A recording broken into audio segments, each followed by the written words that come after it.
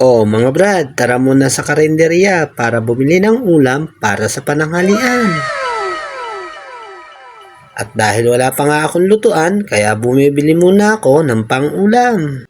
At dahil malapit-lapit lang naman ito, kaya nilakad ko na lang.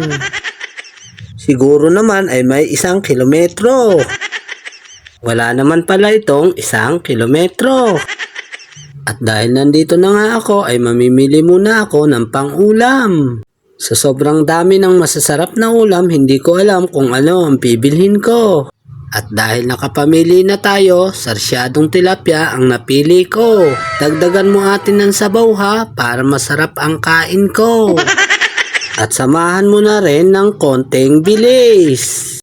At nang nakabili na tayo ng ulam ay agad ko itong inilagay sa pinggan para ihayin at kainin. Pero bago ang lahat ay pababasbasan muna natin ito sa ating puong may kapal.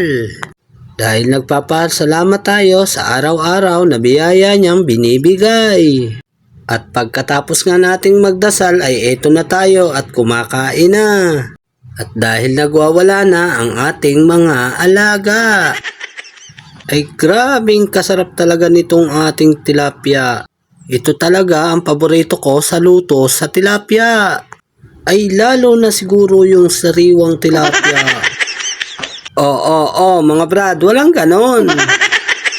Pero sa totoo lang, masarap talaga ang tilapia pag sarsyado ang luto. At pag dumating na ang ating kalan ay magluluto na lang din ako ng ganitong tilapia. Mas makakatipid kasi tayo pag sariling luto. Mas lalo din kasi nating mapapasarap pag tayo ang magluluto. Actually mga brad, marunong din naman akong magluto. Dahil bata pa lang ako ay marunong na talaga akong magluto. At ang lutuan pa namin noon ay sa kahoy pa. Dahil hindi pa naman uso noon ang silin-silin na yan. Yun bang nagkakandatuwad-tuwad ka na sa pag-ihip para magkaapoy? Mga batang 90s, alam nyo yan. Naparami na yata ang kain ko ah.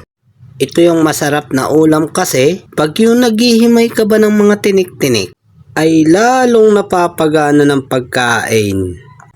O paano mga brad, hanggang dito na lang muna at tapos na tayo kumain. Trabaho naman hanggang sa muli.